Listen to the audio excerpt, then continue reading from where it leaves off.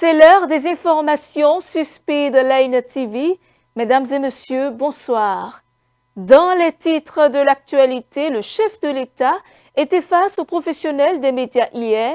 Pendant plus d'une heure, le locataire de la Marina a répondu aux questions des journalistes. Les Guépards du Bénin ont reçu le drapeau national ce jeudi en prélude à leur participation à la 35e édition de la Coupe d'Afrique des Nations. La cérémonie s'est déroulée à l'ambassade du Bénin à Rabat en présence des autorités béninoises. Et puis hors du Bénin, victime de vagues répétées d'enlèvements, dans certaines zones, le Nigeria avait été contraint de fermer plusieurs établissements scolaires. Le gouvernement annonce la réouverture de 47 écoles.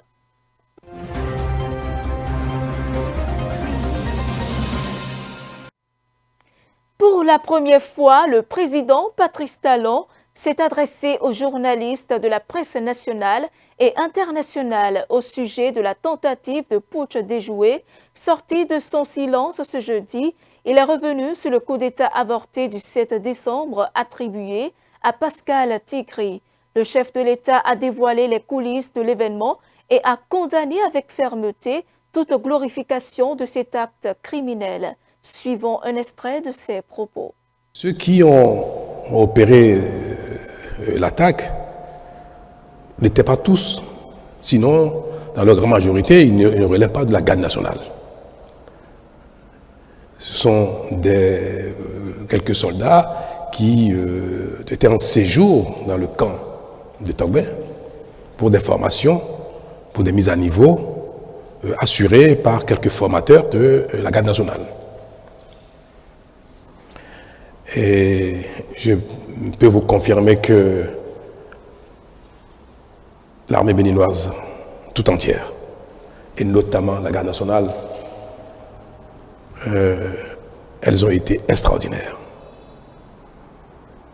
Elles ont, dans les premières minutes,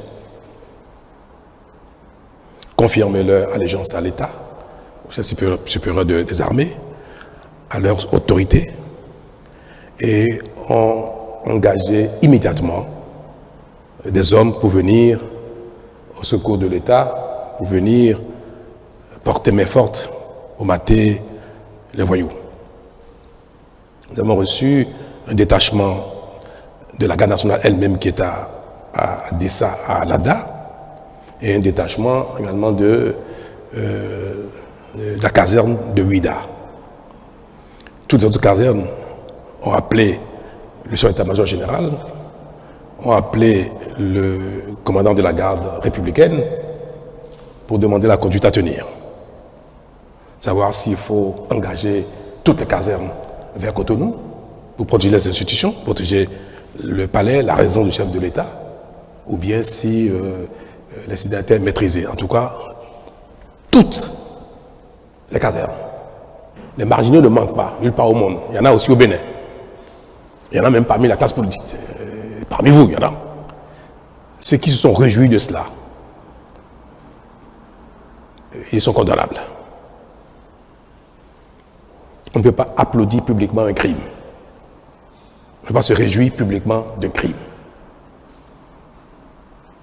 Mais je pense que plus le temps passera, et plus ce genre de marginaux seront en nombre infime. C'est vrai, ils sont en fuite, et c'est vrai que nous voulions qu'ils déposent des armes, qu'ils se rendent. Et pour ne rien vous cacher, à un moment donné, nous avons eu Tigri au téléphone. Le patron de la garde républicaine lui a parlé au téléphone. Il lui a dit, garçon, c'est une folie ce que tu fais, rends-toi, dépose des armes. Il a dit, ah non, il ne faut pas sous-estimer ma capacité de nuisance, c'est pas ça qu'il a dit. Non, mais nous voyons que vous voulez nous bombarder. J'espère, à un moment donné, ils étaient déjà dans la demande d'un apaisement eux-mêmes. Alors, quand le concerné montre déjà ses faiblesses, il dit, mais ne nous bombardez pas, vous comprenez donc que nous ne pouvons pas aller plus loin. Et quand effectivement nous avons réduit et ils ont commencé par fuir, deux choses l'une. Certains sont enfuis avec leurs armes, qu'ils ont jetées après dans les caniveaux, dans les rues de Togben, puisque nous avons reçu des armes, les populations nous ont amené des armes après. Quand ils fuient comme ça avec des armes, vous les poursuivez, c'est des champs de tir, le risque encore de mort devient réel. À l'instant où vous poursuivez quelqu'un qui est armé, dans un quartier densément peuplé. Nous aurions pu, si on avait donné le feu vert aux hommes, de la poursuite de tirer sur eux, quand ils ont commencé à faire le mur, quand certains sont mis en civil, certains sont mis en civil et sont sortis du camp sur des motos. Moi, j'ai donné les consignes de ne pas abattre qui que ce soit en fuite. Parce qu'il y a déjà eu un premier lot qui s'est enfui. Quand ils sont arrivés dans le camp, Tigri lui-même est parti du camp en civil et en voiture. Il a abandonné les garçons, il a quitté il est sorti du camp. Quand la frappe a eu lieu, il n'y était plus. Donc, ceux qui se sont enfuis, tant mieux.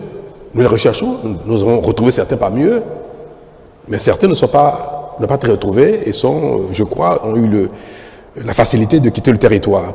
Parce que vous savez très bien que la convivialité, la bonne cohabitation entre nos deux pays, la CEDEAO, même si parfois sur les papiers, ce n'est pas une réalité, entre les populations, c'est une réalité. Les échanges sont libres, totalement libres entre les populations sur les frontières. Et il n'y a pas que les points de passage officiels qui permettent d'aller du Bénin au Nigeria, au Niger, au Burkina ou au Togo. Donc ils ont pu passer les frontières. Et nous avons lancé les mandats d'arrêt contre eux. Nous avons sollicité les pays concernés pour coopérer et nous les livrer. Je vais espérer qu'ils vont coopérer, qu'ils vont nous livrer ces voyous-là. Parce qu'il faut qu'ils en répondent. Les échanges entre le président Patrice Talon et les professionnels des médias au palais de la Marina ont également porté sur l'entrée en vigueur de la Constitution révisée. Parmi les dispositions majeures de cette réforme figure la notion de trêve politique. Le chef de l'État a tenu à lever toute ambiguïté autour de ce concept, précisant qu'il ne s'agit nullement d'une interdiction de critiquer l'action publique. Selon lui, cette trêve vise plutôt à mettre fin à la campagne électorale permanente et à rappeler le respect des périodes électorales prévues par les tests en vigueur. Suivons-le. J'ai donc promulgué hier la loi portant révision de la Constitution. Et c'est vrai que dans les nouvelles dispositions, il y a, je vais le dire ça abusivement, l'instauration d'une trêve. Mais en fait, ce n'est pas nouveau, madame. Dans le dispositif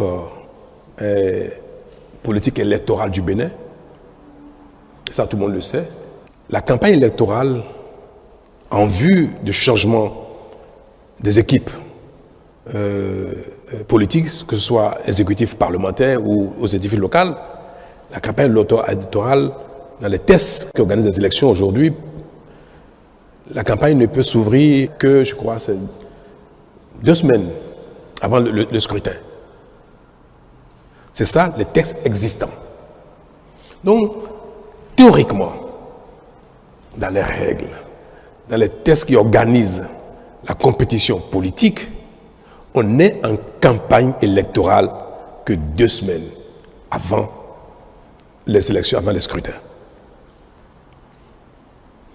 Et si vous lisez les nouvelles dispositions de la Constitution, c'est tout ce qui a été dit.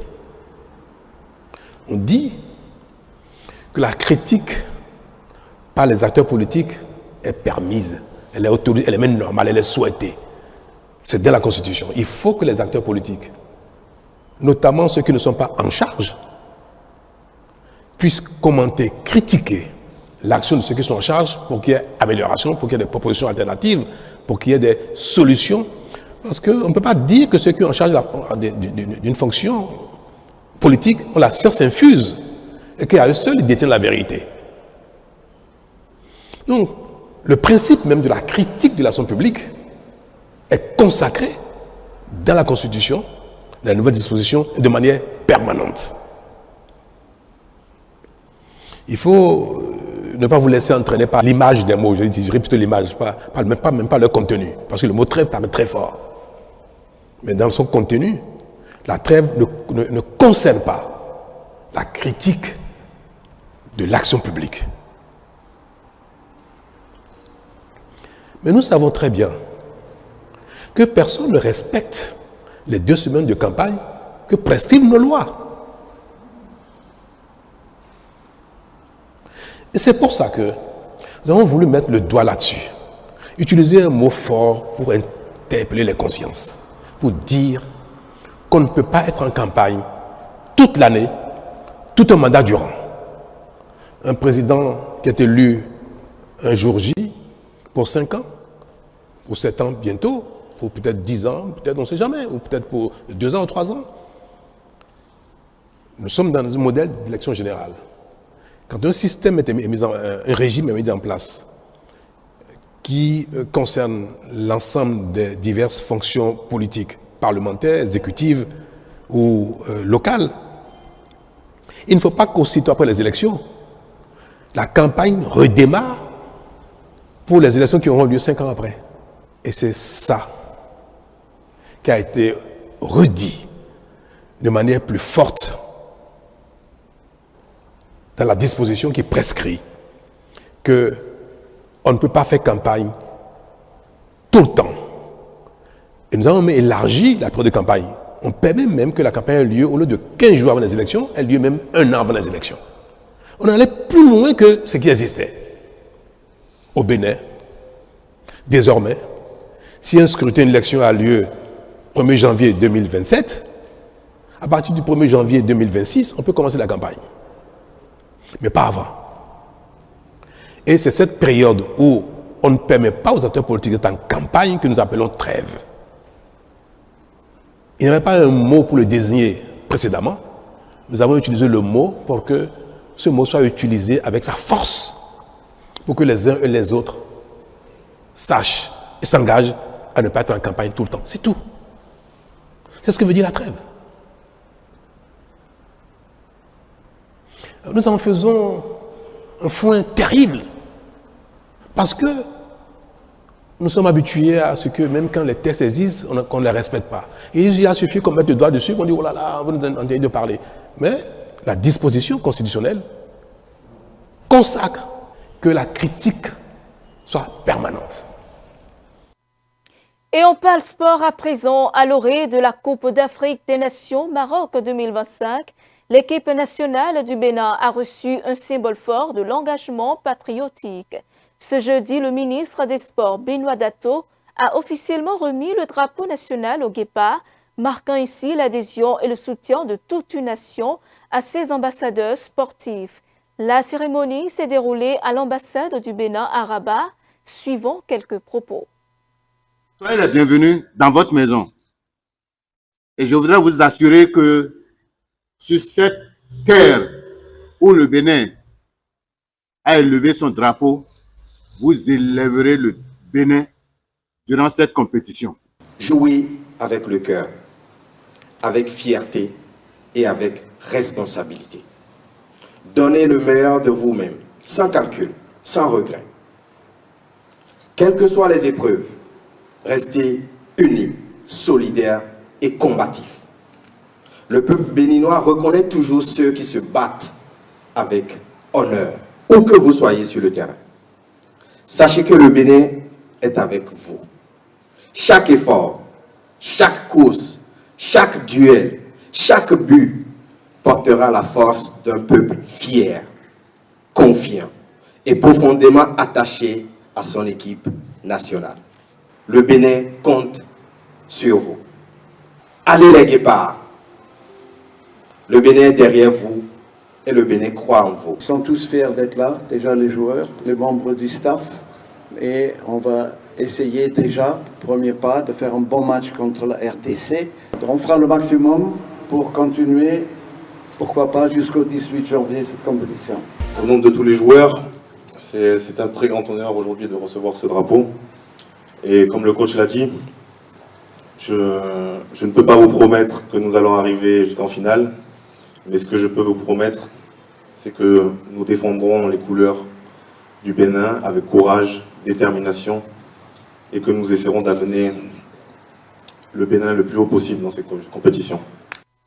Bonne chance donc à nos guépards. En interactualité à présent, le Nigeria a récemment été le théâtre de nombreuses vagues d'enlèvement d'élèves dans plusieurs régions du pays. Face à cette situation, le gouvernement annonce la réouverture de 47 écoles qui avaient été fermées pour des raisons de sécurité.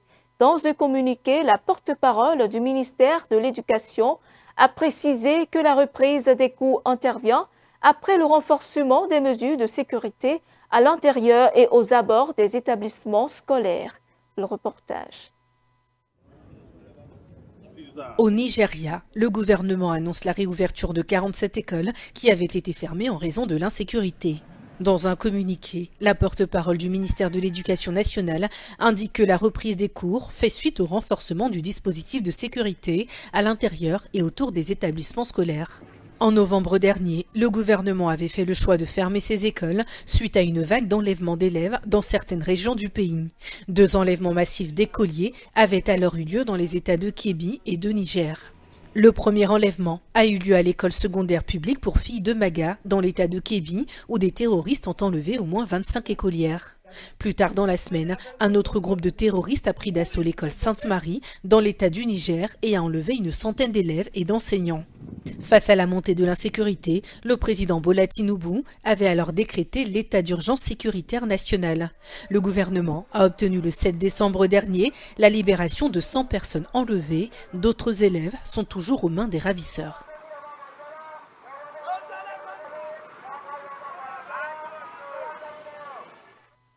En Guinée, le procès d'un deuxième groupe de 7 personnes accusées d'avoir pris part au massacre du 28 septembre 2009 dans un stade de Conakry s'est ouvert ce jeudi dans la capitale.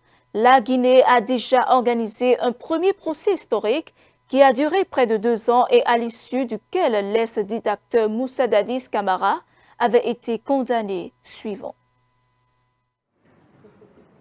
En Guinée, un nouveau procès lié au massacre du 28 septembre 2009 s'est ouvert jeudi matin devant un tribunal de Conakry.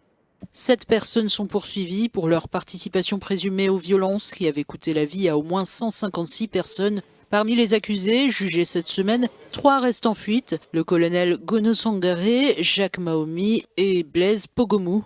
Les autres prévenus, Jean-Louis Pogomou, Georges Oulemou, Thomas Touaro et le colonel Bienvenu Lama, étaient présents à l'ouverture de l'audience. Le colonel Lama, officier de gendarmerie incarcéré depuis novembre 2022, fait face à plusieurs chefs d'accusation, notamment abus d'autorité, meurtre, viol et torture. Le premier procès historique avait abouti à la condamnation de l'ancien président Moussa Dadis Camara à 20 ans de prison pour crimes contre l'humanité, avant qu'il ne soit gracié fin mars par le chef de la junte, le général Mamadi Doumbouya.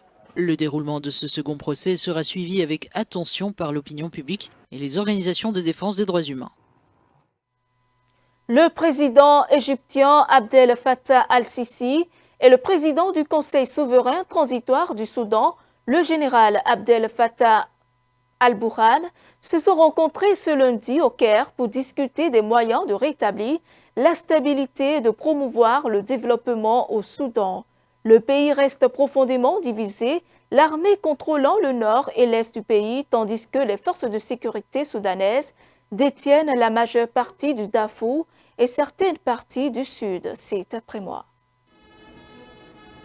Le président égyptien Abdel Fattah al-Sisi a reçu jeudi au Caire le général soudanais Abdel Fattah al-Burhan. Les 2 dirigeants ont abordé la crise qui secoue le Soudan depuis plus de 2 ans, marquée par des affrontements entre l'armée et les forces de soutien rapide, ayant causé la mort de dizaines de milliers de personnes et le déplacement de millions de civils. Le président égyptien a insisté sur la nécessité de préserver l'unité, l'intégrité et les institutions du Soudan, rappelant le droit de l'Égypte à intervenir conformément au droit international et aux accords bilatéraux pour protéger ses principes La rencontre a également été l'occasion d'évoquer la situation humanitaire dramatique, la protection des civils et le renforcement de l'aide aux populations affectées par le conflit. Les discussions ont porté sur la sécurité régionale, notamment la gestion des ressources hydriques dans le bassin du Nil et la coopération entre le Caire et Khartoum pour stabiliser la région. Cette visite d'El Burhan, sa 4e en Égypte cette année, souligne l'importance stratégique des relations entre les deux pays dans la recherche d'une sortie de crise au Soudan.